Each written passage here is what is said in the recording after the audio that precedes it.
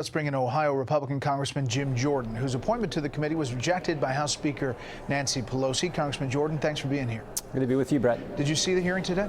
I got to watch part of it, but actually I was in another committee, another select committee, one that Speaker Pelosi has allowed me to be on, the Coronavirus Select Committee. So I got to watch bits and pieces, but I was actually in a committee hearing, asking questions and making statements. You saw the review there by Chad, obviously emotional, powerful testimony. Your thoughts about that?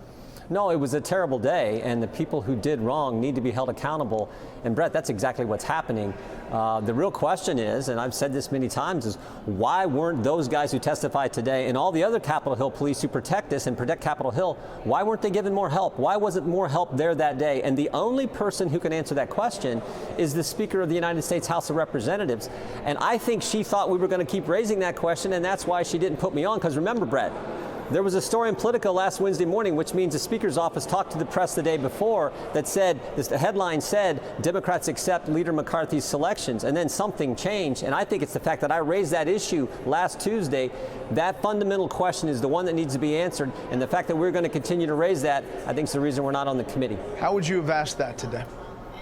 Well, today I think the focus today was on why we didn't have more people there. So I asked these guys, did you need one of the officers? I think I did see part of this where he said we weren't prepared for what was going to happen. Why weren't you?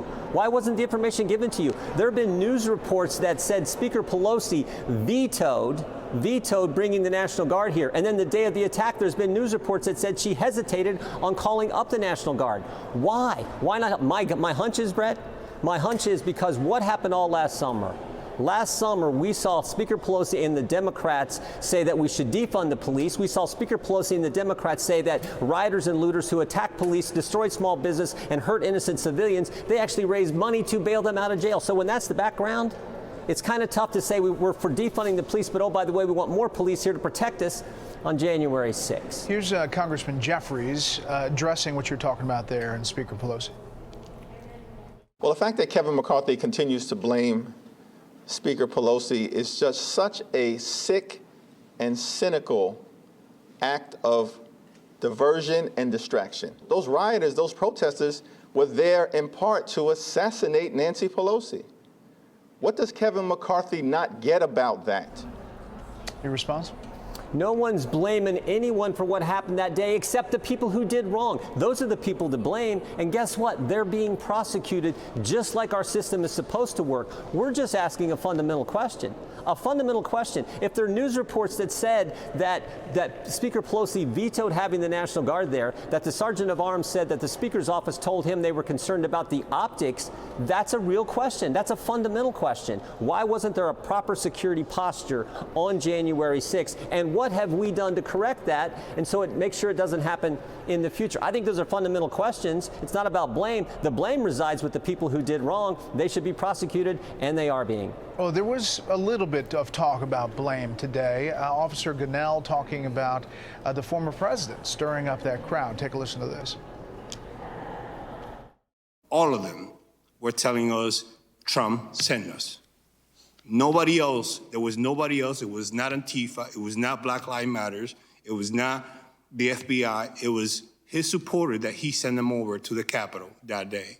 And he could have done a lot of things.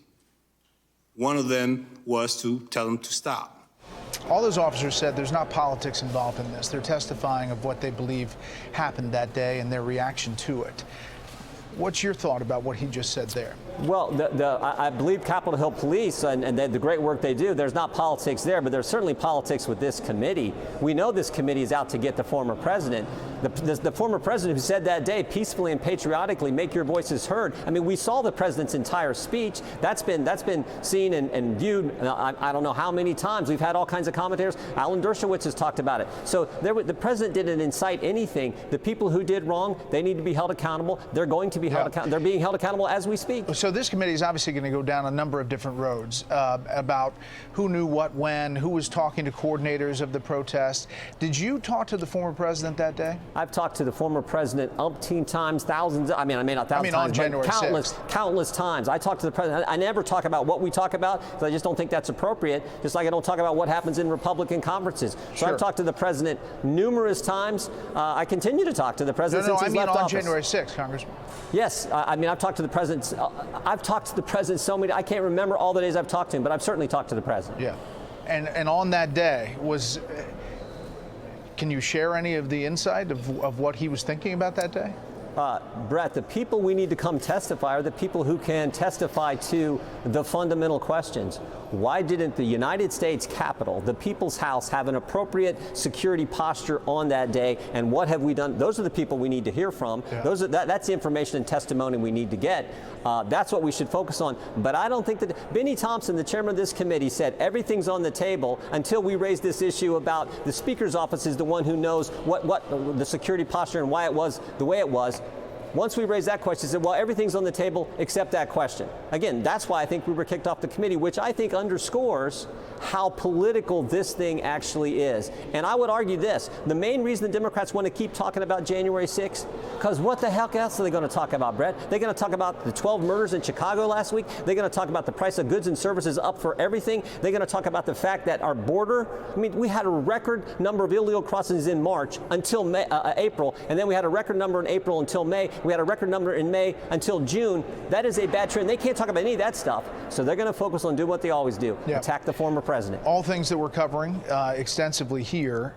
But finally, you heard these officers, a number of them, said that they were dismayed by lawmakers who seemed to, in their words, be downplaying January 6th or the magnitude of it. I'm not accusing you, Congressman, but is there a message for lawmakers who may have done that?